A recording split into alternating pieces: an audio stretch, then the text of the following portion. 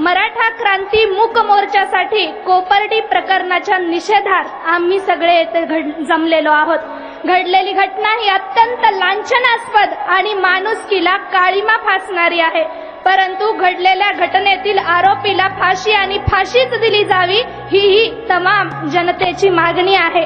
आणि यामध्ये एक प्रकरण म्हणजे आपण असं म्हणलं जाते सगळीकडे की घडलेल्या घटनेतील आरोपी दलित आणि मुलगी मराठा आहे, पण म्हणून माझं सांगणं आहे सगळ्यांना की जरी घडलेल्या घटनेतील आरोपी दलित आणि मुलगी मराठा असली तरीही कोणीही जातींमध्ये संघर्ष करण्याचा प्रयत्न केला जाऊ नये, कारण घडलेल्या घटनेच्या आम्ही विरोधात आहोत, तर कोणत्याही जातीपातीच्या नाही, हे मला इथे सांगायचं आहे। आणि आमच्या सगळ्यांमध्ये जातीय राजकारण पेरणाऱ्यांनी इतकंच लक्षात घ्यावं की माणसांना असली तरी गुन्हेगारांना कदापिही जात नसते। मराठा क्रांती मूक मोर्चाच्या निमित्ताने उसळलेला हा असंख्य महापूर पाहून आज अनेकांच्या हृदयामध्ये धडकी भरली आहे खरी, परंतु आम्ही कोणालाही घाबरवण्यासाठी नाही तर न्याय मागण्यासाठी आतुर आहोत। आणि या मराठा क्रांती मूक मोर्चाचं जसं वेगवेगळ्या पद्धतीने सोयीचं राजकारण केलं जाते, त्यामध्ये प्रामुख्याने उल्लेखलं जातंय ते म्हणजे मराठा आरक्षण। तुम्ही कोपर्डीच्या आडून मराठा आरक्षणासाठी मोर्चे काढताय, स्वतःचा स्वार्थ साधताय, असा सूर अनेक ठिकाणी कानी आला। मला ह्या लोकांना फक्त इतकंच सांगायचंय की मराठा आरक्षण हे तमाम मराठा समाजाचं पहिलं टार्गेट आहे आणि त्यासाठी आम्हाला कोणाच्या आडून यायची कदापिही गरज पडलेली नाही। त्याही पुढे जाऊन मी हे सांगेन की मराठा आरक्षणासाठी मराठा समाज हा काही आज रस्त्यावर उतरलेला नाही, तर तो गेल्या 25 वर्षांपासून मराठा आरक्षणासाठी सतत संघर्षात आहे। आणि त्यात कोपर्डी सारखी घटना ही आमच्या भगिनीसोबत घडली, मग उद्रेक तर होणार होताच। आज असं म्हणताय लोक की घटना एका महिलेसोबत घडली, मग तिला जातीचं लेबल लावायची काय गरज होती? मला त्या लोकांना फक्त एकच सांगायचं आहे की जर घटना एका महिलेसोबत घडली, तिला जातीचं लेबल लावायची काहीही गरज नव्हती, तर मग का सगळा समाज, सगळा महाराष्ट्र पेटून उठला नाही? का फक्त मराठ्यांनाच एकत्र यावं लागलं? आज 21व्या शतकामध्ये जगतो आहोत आपण, आणि तरीही समाजाच्या विविध स्तरांमधून जर जातीभेदांचे सूर लागत असतील तर मग आम्ही सगळे बांधव आहोत ही प्रार्थना कोणत्या जोरावर म्हणतो आपण? कोणत्या दृष्टिकोनामधून केली जाते ही प्रार्थना? आज काही निर्बुद्ध लोकांचा असा सूर आहे की तुम्ही कोपर्डीच्या आडून मराठा आरक्षण, अॅट्रॉसिटी असे वेगवेगळे मुद्दे चर्चेमध्ये आणता आहात। मला त्या लोकांना एकच विचारायचंय बरं का, आज आम्ही कोपर्डीच्या बॅनर खाली रस्त्यावर येतो, उद्या अॅट्रॉसिटी, परवा मराठा आरक्षण, तेरवा अजून काही, हेच करत बसायचंय का आम्ही? जर आम्ही सगळ्यांच्या विकासासाठी एकत्र आलो तर आम्ही परिवर्तनवादी, आणि आज आम्ही जातीच्या बॅनर खाली एकत्र आलो आहोत तर आम्ही जातीयवादी। हा दुहेरी न्याय कशासाठी?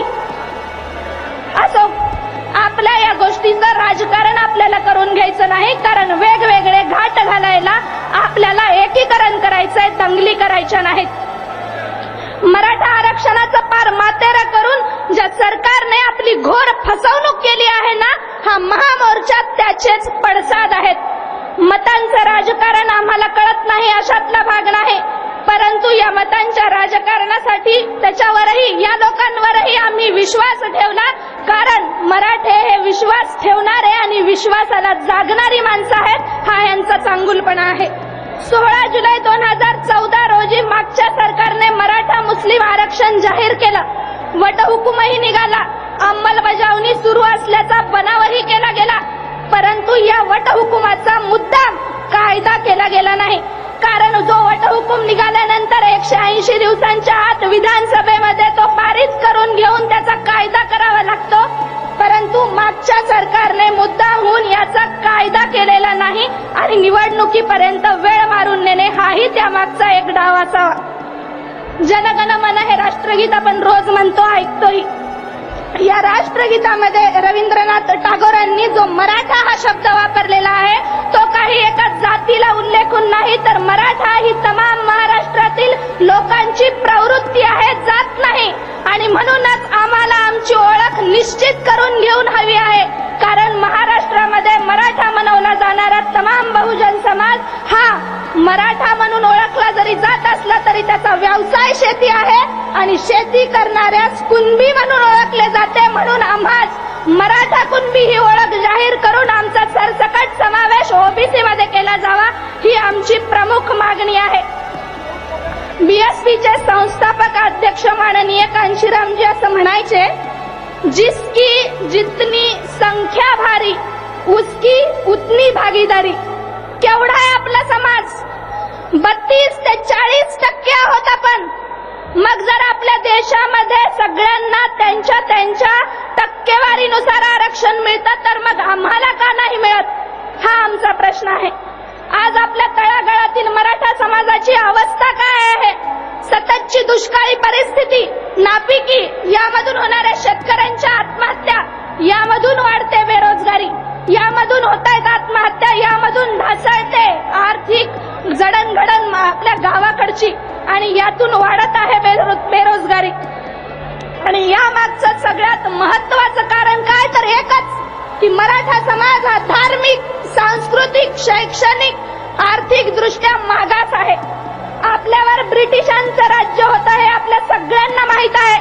कालच 17 सप्टेंबर झाला, परंतु बहुतेक खूप कमी जणांना हे माहित आहे की आपल्यावर निजामशाही राजवट होती. काल 17 सप्टेंबर मुक्ती संग्राम दिनानिमित्त आपण त्या राजवटीमधून मुक्त झाल्याचा तो सोहळा साजरा केला जातो. याच ब्रिटिशांच्या हुकमतीमुळे आपल्या मराठा कुणब्यांच्या नोंदी व्यवस्थितरित्या अपडेट केल्या नाहीत, ही आपली शोकांतिका आहे. उर्वरित महाराष्ट्रामध्ये ब्रिटिशांनी सगळ्यांच्या नोंदी व्यवस्थित घेतल्या आणि त्यांना त्यांचा फायदा मिळतोही आहे, परंतु जे स्वतःच्या हक्काच्या आरक्षणापासून वंचित आहेत त्यांना त्यांची हक्काचे आरक्षण दिले जावे, ही आमची अतिशय शांततापूर्ण मागणी सरकारकडे केली जात आहे. माननीय मुख्यमंत्री देवेंद्रजी फडणवीस साहेब आज आपल्याला टीव्हीच्या माध्यमातून आपल्या या मराठा क्रांती मूक सोहळ्याचे व्यवस्थितरित्या कौतुक करताना आपण पाहतो आहोत. परंतु हेच साहेब जेव्हा 12 जानेवारी 2015 रोजी मातृतीर्थ सिंदखेड राजा येथे आले होते तेव्हा असं म्हणाले होते की मराठा समाजाचे आरक्षणासाठीची वेगळी स्वतंत्र बैठक घेण्याबाबत मी आपणास आश्वासन देतो आहोत. परंतु आजता गायत ते आश्वासन पाळले गेलेले नाही आणि तोही आरोप जनतेच्या या समाज बांधवांकडून होतो आहे. मराठा समाजाच्या बहुतांश राजकारणी मंडळींना मराठा समाजाचं, तळागाळातील मराठा समाजाचं काही देणं घेणंच दिसत नाही आणि म्हणूनच बहुतांश ठळक ठिकाणी आम्ही ठळकपणे दिसत नाही, ही आमची शोकांतिका आहे. आणि या अशा धोकेबाज राजकारणी मंडळींविरुद्धचा असंतोष घेऊन आम्ही स्वयंस्फूर्तीने रस्त्यावर उतरलेलो आहोत. डॉक्टर बाबासाहेब आंबेडकर असं म्हणाले होते त्यांच्या एका भाषणामध्ये, जेव्हा महाराष्ट्रातील मराठा जागा होईल आणि त्याला स्वतःच्या अस्तित्वाचे भान येईल तेव्हा तो या प्रस्थापित व्यवस्थेच्या विरोधामध्ये क्रांतिकारी आंदोलने उभे करील. आणि आज या महामोर्चाच्या रूपाने हे सिद्ध झालेले आपण आज सगळेजण पाहतो आहोत. हे मोर्चे कोणत्याही जाती धर्माच्या विरुद्ध नाही, तर समाजाने स्वतःचे आत्मपरीक्षण करावे यासाठी आहे, कारण समाजाचं हित हीच या मोर्चाची प्रमुख भूमिका आहे. आणि सगळ्यात महत्वाचं म्हणजे अॅट्रॉसिटी कायदा रद्द करण्याची कुठलीही मागणी आम्ही केलेली नाही, तर या कायद्याचा गैरवापर थांबवावा आणि यामध्ये प्रामुख्याने योग्य तो बदल केला जावा, ही आमची अत्यंत आग्रही अशी मागणी या अॅट्रॉसिटी कायद्याबद्दलची आहे. उलट मी तर म्हणेन की हा कायदा इतका कडक व्हावा की कुणालाही याचा गैरवापर करता येणार नाही. कोपर्डी येथे घडलेल्या अत्यंत हीन घटनेच्या विरोधात हा महासागर उफाळलेला आहे आणि ही मोर्चांची मालिका अशीच महाराष्ट्रभर अव्याहतपणे चालू राहील. आणि यासाठी सगळ्यात महत्वाचं म्हणजे आम्हाला यासाठी कोणत्याही राजकीय नेतृत्वाची गरज नाही, कारण इथे असलेल्या प्रत्येकामध्ये एक नेतृत्व आणि एक कर्तृत्व आहे. हा अख्खा महाराष्ट्र, त्यासोबतच अख्खा देश पाहतो आहे. मराठा क्रांती मूक मोर्चा हा प्रस्थापित व्यवस्थेच्या विरोधातील अन्यायाविरुद्धचा संघर्ष आहे, आक्रोश आहे, विद्रोह आहे, एल्गार आहे. आणि म्हणूनच मी फक्त शेवटी इतकंच सांगेन की आमचा लढा, आमचा संघर्ष हा कोणत्याही व्यक्तीच्या नाही तर घडलेल्या हीन वृत्तीच्या विरुद्ध आहे.